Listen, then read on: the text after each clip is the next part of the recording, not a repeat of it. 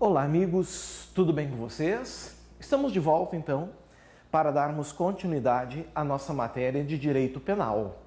Estamos falando da teoria geral do delito e estamos no fato típico, onde nós já trabalhamos os elementos objetivos, conduta, resultado, nexo causal, tipicidade, o dolo, que é o elemento subjetivo, a culpa, que é o elemento normativo, a figura híbrida, que é o préter-dolo, e nós estamos trabalhando agora o erro de tipo. E dentro do erro de tipo, nós estamos falando do erro de tipo essencial. O erro de tipo essencial, ou seja, o agente não sabe o que faz, aquele erro que pode excluir o crime,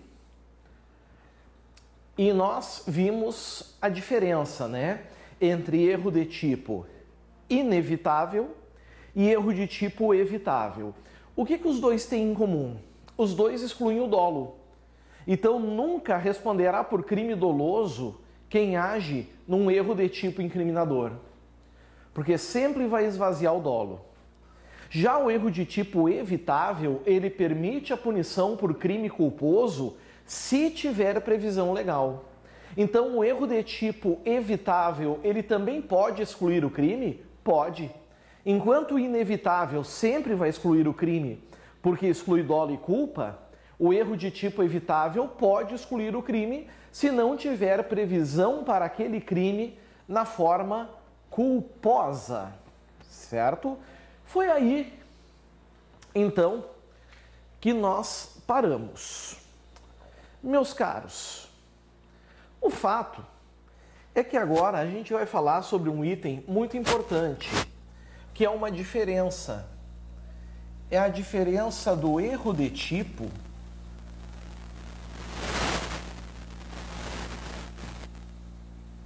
para o chamado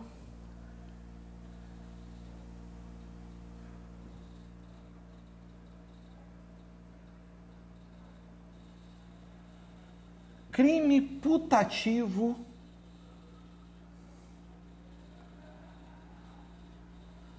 por erro de tipo. Está aqui. Erro de tipo e crime putativo por erro de tipo. Qual é a diferença? Bom, primeiro, nos dois casos existe um erro.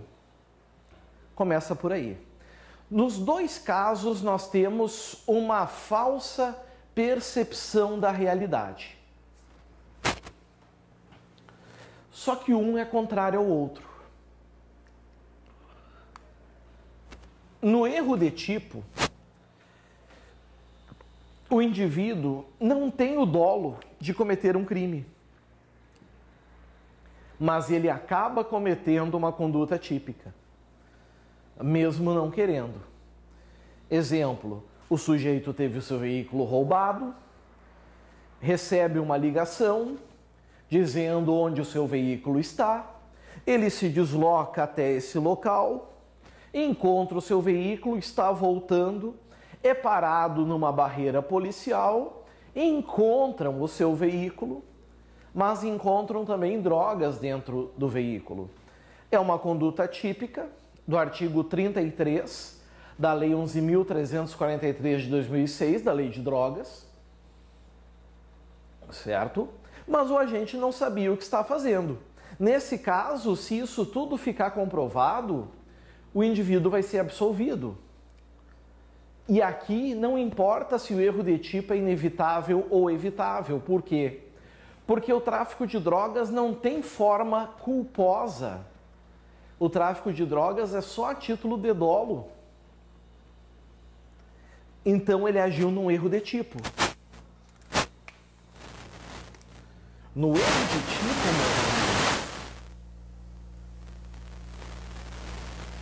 o agente não possui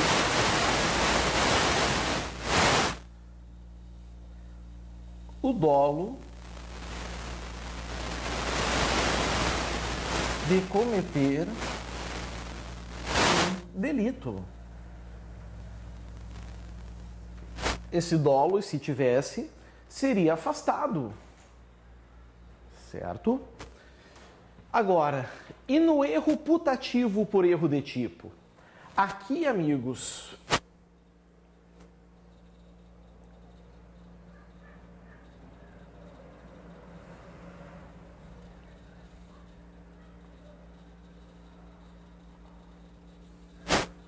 o agente possui o dolo.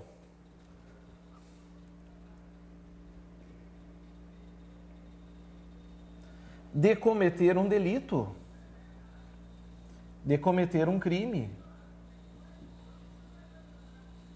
mas acaba não cometendo. Ou seja, acaba praticando uma conduta normal, comum. Exemplo de crime putativo por erro de tipo: aquele sujeito que liga, financia e entrega produto achando que é cocaína, quando na verdade é talco. Vejam, ele tem o dolo de cometer o crime de tráfico de drogas, mas ele acaba praticando uma conduta que é um irrelevante penal. Um sujeito coloca uma sacola no chão, outro vem correndo, pega e leva embora. Quando vê, o que tem na sacola é esterco. E isso é erro putativo por erro de tipo. Um indivíduo oferece dinheiro para uma pessoa acreditando que essa pessoa é um funcionário público. Ou seja, esse indivíduo tem o dolo de cometer o crime de corrupção ativa. Só que o sujeito não é funcionário público. O que tem em comum nos dois? Incide absolvição. Só que no erro de tipo, a conduta típica acontece.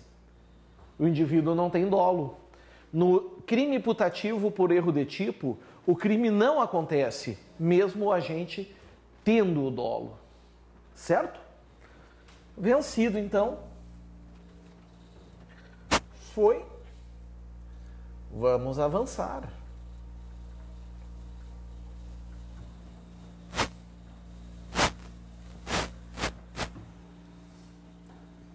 Deixando claro que nós ainda estamos falando dos erros essenciais.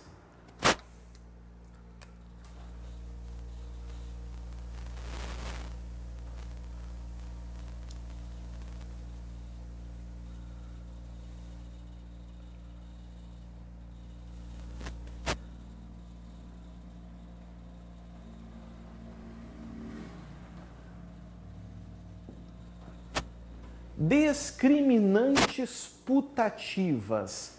O que quer dizer isso? O que quer dizer discriminantes putativas? Primeira coisa, nós temos que saber o que é discriminante. Discriminante, amigos, quer dizer algo que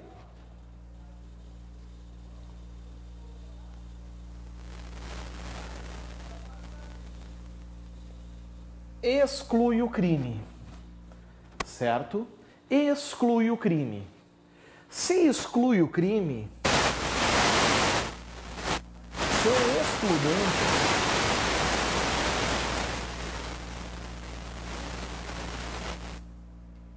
de ilicitude. Excludentes de ilicitude que estão previstas no artigo 23 do Código Penal, quais sejam o estado de necessidade, a legítima defesa, o estrito cumprimento de dever legal e o exercício regular de direito. Aqui está. O artigo 23 diz que não há crime quando a gente pratica o fato nessas excludentes aqui: estado de necessidade, legítima defesa, estrito cumprimento de dever legal e exercício regular de direito, certo? O que é cada um deles é assunto para uma outra oportunidade. Eu não vou falar sobre isso agora, não é o momento, certo? O fato, amigos, é que isso significa discriminante. E putativa? Putativa quer dizer algo que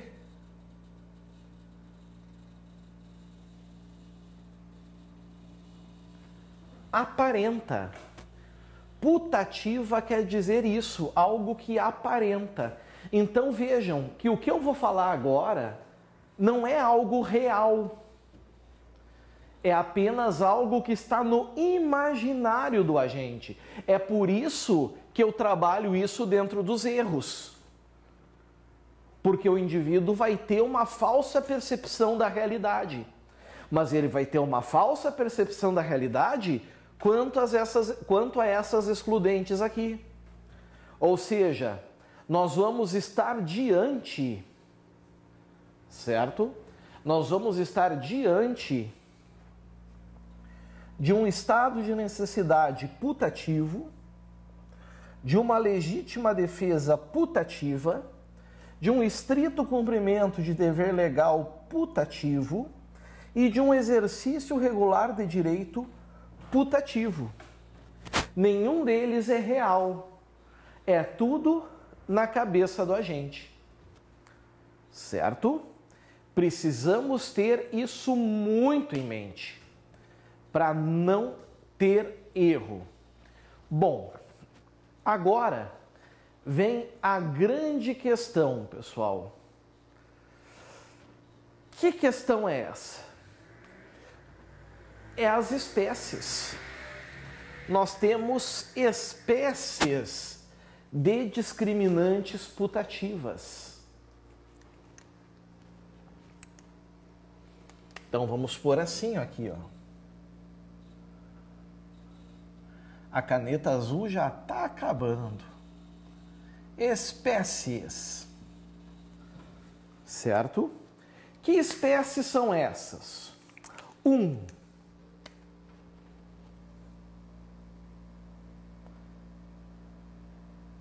Erro quanto aos pressupostos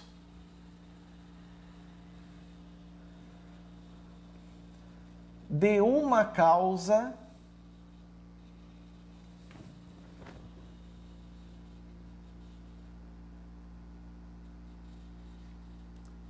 excludente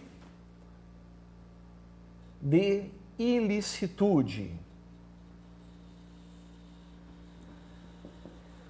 2. Erro quanto à existência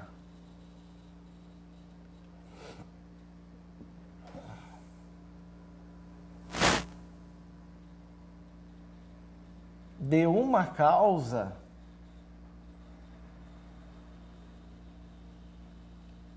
excludente de ilicitude. E 3,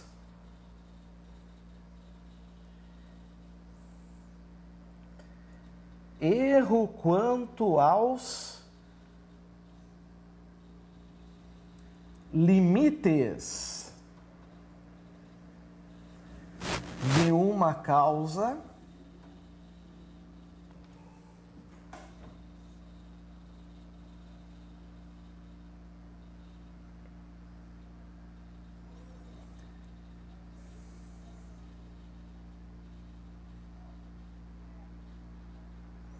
excludente de ilicitude. Está aqui.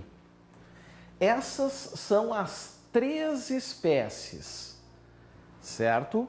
Erro quanto aos pressupostos de fato de uma causa de exclusão de ilicitude, erro relativo à existência de uma causa de excludente de ilicitude e erro quanto aos limites de uma causa excludente de ilicitude. Prezados, nesse primeiro caso aqui, chamado de erro quanto aos pressupostos de uma causa excludente da ilicitude, o indivíduo comete um erro, tá? Ele comete uma falha quanto a um requisito de um desses elementos aqui. Ou seja, ele tem uma falsa percepção da realidade quanto a um requisito. Exemplo, tá? Exemplo. A é desafeto de B. A é desafeto de B. O A vê o B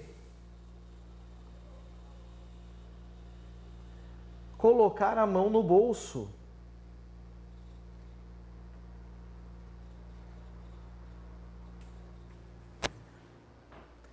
O A, acreditando que o B vai sacar uma arma para lhe matar, efetua um disparo e mata o B. Só que, durante a instrução do processo, se descobre que o B era cego. Ou seja, na forma real, o A não agiu em legítima defesa. O A errou quanto à agressão injusta. Se a gente pegar o Código Penal no artigo 25, venham comigo, que é o artigo da legítima defesa, vocês vão ver que lá diz claramente, ó, entende-se em legítima defesa quem, usando moderadamente dos meios necessários, repele injusta agressão. Se o sujeito era cego, essa injusta agressão só aparentava. Isso é uma discriminante putativa. Mas a pergunta que eu faço para vocês é: esse indivíduo, esse sujeito, ele tinha o dolo de matar o B? Tinha, claro que tinha o dolo. Se deram conta? Ele tinha o dolo. Nas discriminantes putativas, eu não vou excluir o dolo. O dolo permanece, mas eu vou excluir a ilicitude. É evidente, meus amigos, que nesse meu exemplo aqui, o A vai ser absolvido. Não porque o fato é atípico, mas porque o fato é lícito. Certo? Se deram conta desse detalhe? Muito bem. Apagamos aqui o exemplo.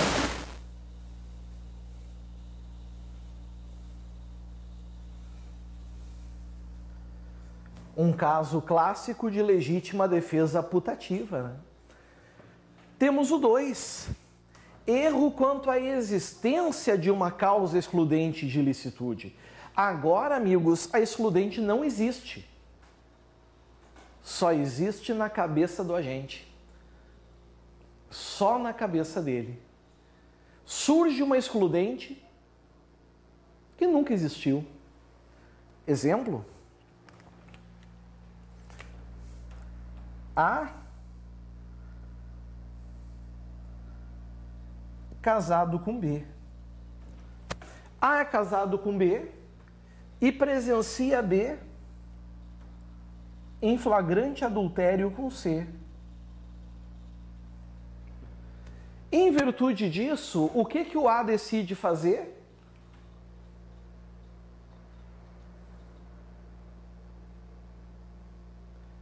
Mata a cônjuge, acreditando estar agindo em uma excludente de ilicitude que não existe. Isso seria estado de necessidade? Não. Seria legítima defesa? Não. Até porque, esqueçam essa história de legítima defesa da honra. Não existe. Seria um estrito cumprimento de dever legal? Não. Seria um exercício irregular de direito? Não. Nós não temos essa excludente. Então, isso é uma forma também de discriminante putativa. Essa forma, inclusive, em algum caso, pode até absolver, se ficar demonstrado uma dirimente lá da culpabilidade, uma forma de inexigibilidade de conduta diversa. Ok? mas não existe essa modalidade só na cabeça aparentando para o agente. Vamos apagar aqui.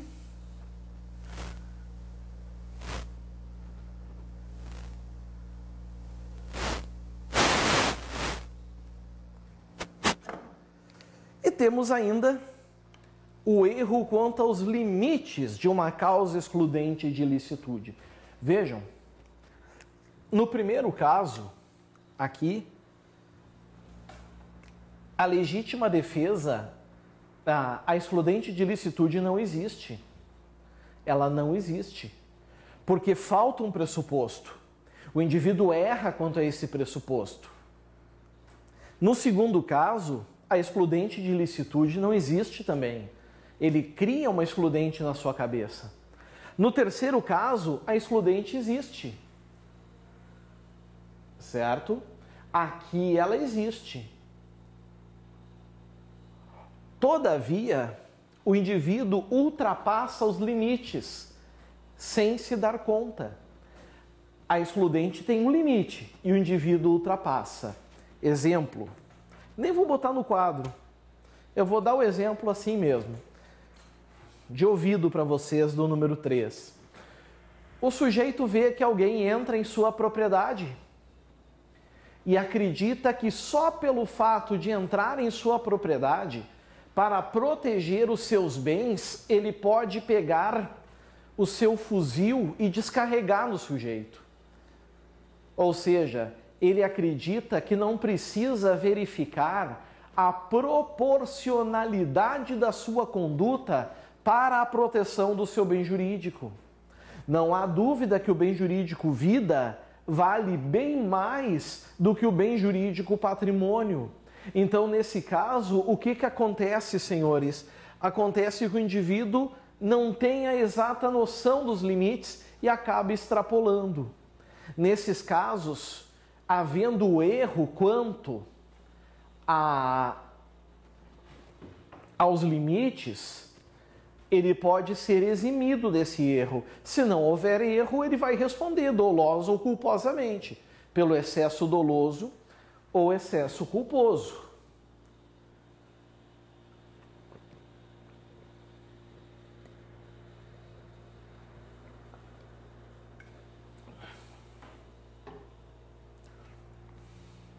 Ok? Esses casos aqui, então, são as formas que nós temos de discriminante putativa. Agora, a outra pergunta que se faz é a seguinte: qual seria, meus amigos, qual seria aqui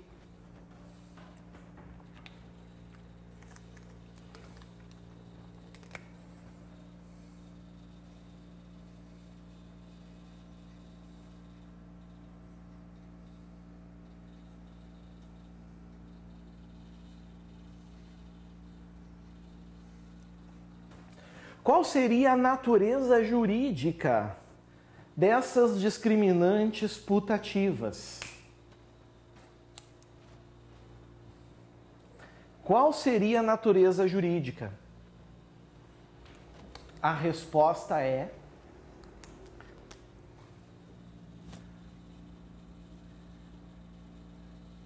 depende da teoria da culpabilidade adotada.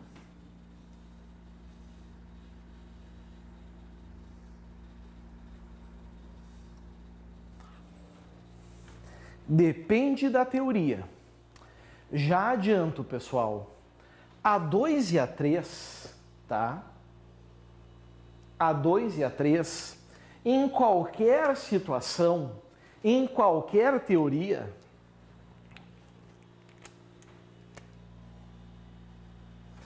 elas são consideradas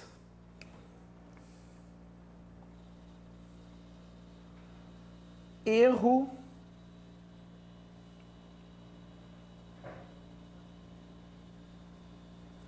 de proibição indireto. O erro quanto à existência de uma causa excludente de ilicitude é erro de proibição indireto. O erro quanto aos limites de uma causa excludente de ilicitude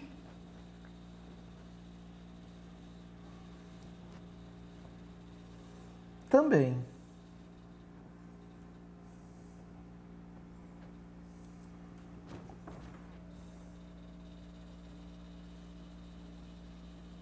Erro de proibição indireto. Alguns vão perguntar, professor, o que seria esse erro de proibição indireto? São situações que o indivíduo sabe o que faz, tem dolo, mas acredita que é lícito, que é permitido o que está fazendo. Ele acredita que pode agir em defesa da honra. Ele acredita que pode agir em legítima defesa do patrimônio. Aqui estão os dois casos, certo? Pouco importa a teoria da culpabilidade. Agora, esse primeiro aqui é um problema. Esse primeiro, pessoal, é um abacaxi. Por quê? É que esse primeiro vai depender da teoria, certo? Nós temos duas teorias da culpabilidade.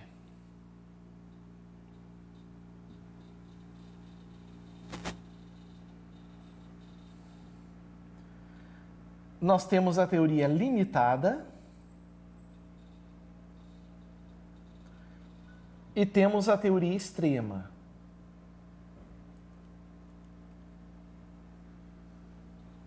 Aqui está. Qual é a diferença? Na teoria limitada, ok? O dolo e a culpa não estão na culpabilidade. É aquela teoria em que a culpabilidade ela tem a consciência da ilicitude. E nesse caso, para a teoria limitada, o erro quanto aos pressupostos ele é chamado de erro de tipo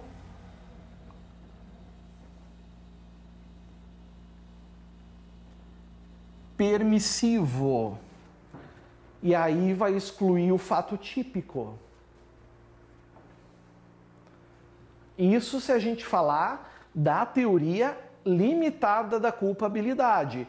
Agora, se nós estivermos falando da teoria extrema da culpabilidade, ou seja, que o dolo e a culpa estão lá na culpabilidade, e aí nós vamos ter, amigos, a consciência da ilicitude, não só a potencial, aí nós vamos ter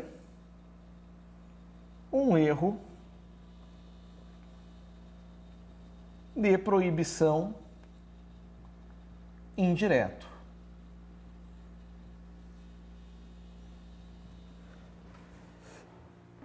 Aí está. E assim forma-se a estrutura, forma-se as espécies e a natureza jurídica de cada uma. Certinho? Muito bem. Amigos, para terminar, falta falar do chamado erro determinado por terceiro e o erro de tipo acidental. Mas isso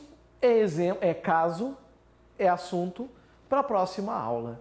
Agora nós vamos tomar um cafezinho, vamos tomar um chazinho e daqui a uns minutinhos então a gente está de volta. Aguardo vocês. Valeu, até mais.